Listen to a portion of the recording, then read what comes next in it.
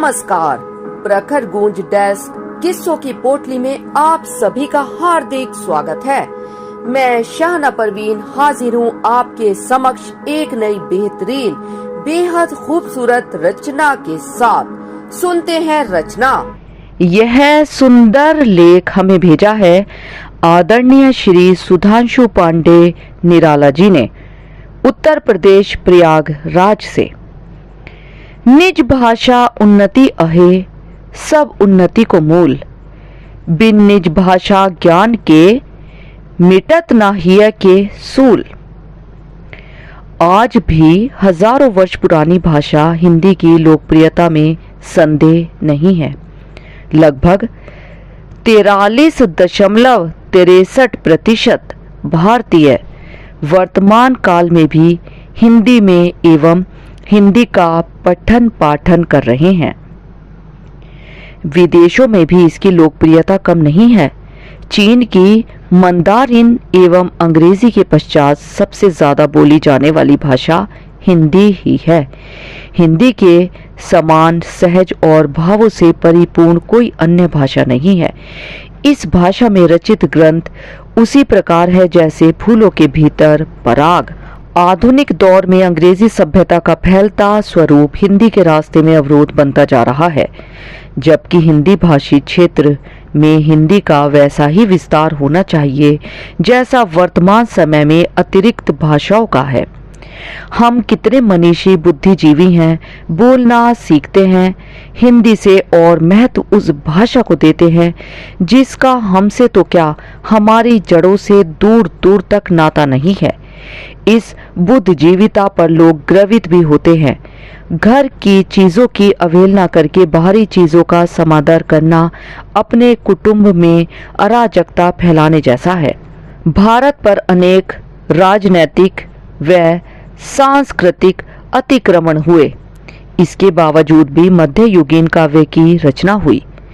इन्होंने अपनी भाषा एवं सभ्यता का ऐसा फरेब रचा जिससे आज तक मुक्ति नहीं मिली, और एक हम हैं अपनी सभ्यता संस्कृति से अजनबियत दिखा रहे हैं। व्यक्ति जिसे अपना प्रतिमान माने उससे कुछ सीखे भी। राष्ट्रपिता महात्मा गांधी ने गोरों के एक साक्षात्कार में कहा था, हमारी स्वाधीनता तभी सुनिश्चित होगी जब अंग्रेजों के साथ साथ अंग्रेजी का भी परित्याग कर दिया जाएगा, अन्यथा शारीरिक रूप से स्वतंत्र होते हुए भी मानसिक परवशता का कलेश भोगना पड़ेगा, जिसे भोग भी रहे हैं। हिंदी का प्रश्न स्वराज का प्रश्न है। 21वीं सदी में हिंदी यह विषय ही अपने आप में बेहद व्यापक है। इस पर जितना चिंतन मनन किया जाए कम ही लगता है। हम उस दौर में खड़े हैं जहां विज्ञान के क्षेत्र में, उद्योग के क्षेत्र में, प्रौद्योगिकी के क्षेत्र में, शिक्षा के क्षेत्र में, यहाँ तक कि निजी जीवन में भी अंग्रेजी का आधिपत्य बरकरार है, जो कि हिंदी भाषियों के लिए बेहद लज्जा की बात है।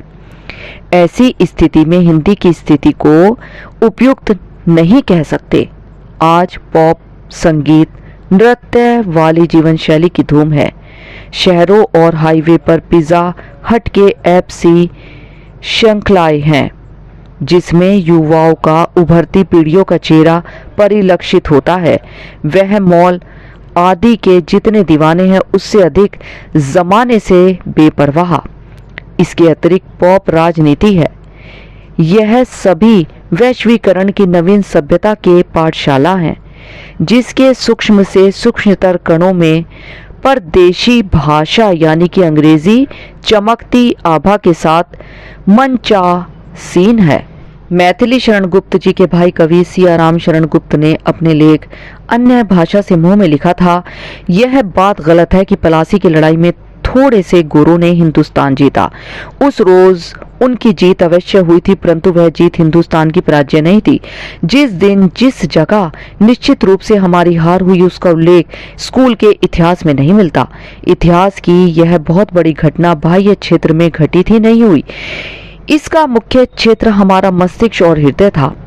हमारे इस अभ्यांतर की विजय विजेता की भाषा द्वारा ही संभव थी। झूठ सच। आज ऐसा लगता है कि इस किस्म की बौद्धिक पराजय गुलामी या आत्मा विसर्जन लज्जा का ही नहीं, गौरव का मामला है। यह सभी तथ्य एक ही तरफ इशारा करते हैं, भारतीय भाषा का असमय बूढ़ी हो जाना। विकास की बात करते हैं, विकसित होने की बात करते हैं, आखिर किस आधार पर? किसी भी विकसित एवं विकासशील राष्ट्र के पीछे उसकी राष्ट्रीय एवं क्षेत्रीय भाषा का अहम योगदान है। उन्नति पूरी है तभी जब घर उन्नति होए, निज शरीर उन्नति किए, राहत मूढ़ सब कोय। विकासशील से विकसित होने का ख्वाब हम तभी देखने के अधिकारी हैं जब अपनी राष्ट्रीय भाषा एवं क्षेत्रीय भाषा के संवर्धन हेतु चिंतन मनन करें। हिंदी के बेटे बेटियों ने लोगों के अंतरपट में अपनी मातुल्य भाषा के प्रति वह चित्र अंकित किया है जो अनंत काल तक प्राचीन नहीं होगा। उन महान विभूतियों से क्यों सीखने या समझने का प्रयत्न नहीं करते? क्यों परदेशी भाषा से दिल लगी हेतु बेचैन है? जरा सोचिए, विचारिए। जिस पौधे ने फूलने फलने का अवसर दिया उसी की जड़ों को तार तार कर रहे हैं, जो कि हमारी सभ्यता संस्कृति के बिल्कुल प्रतिकूल है। हिंदी है हम सबका गौरव, शब्द शब्द है इसका कलरव।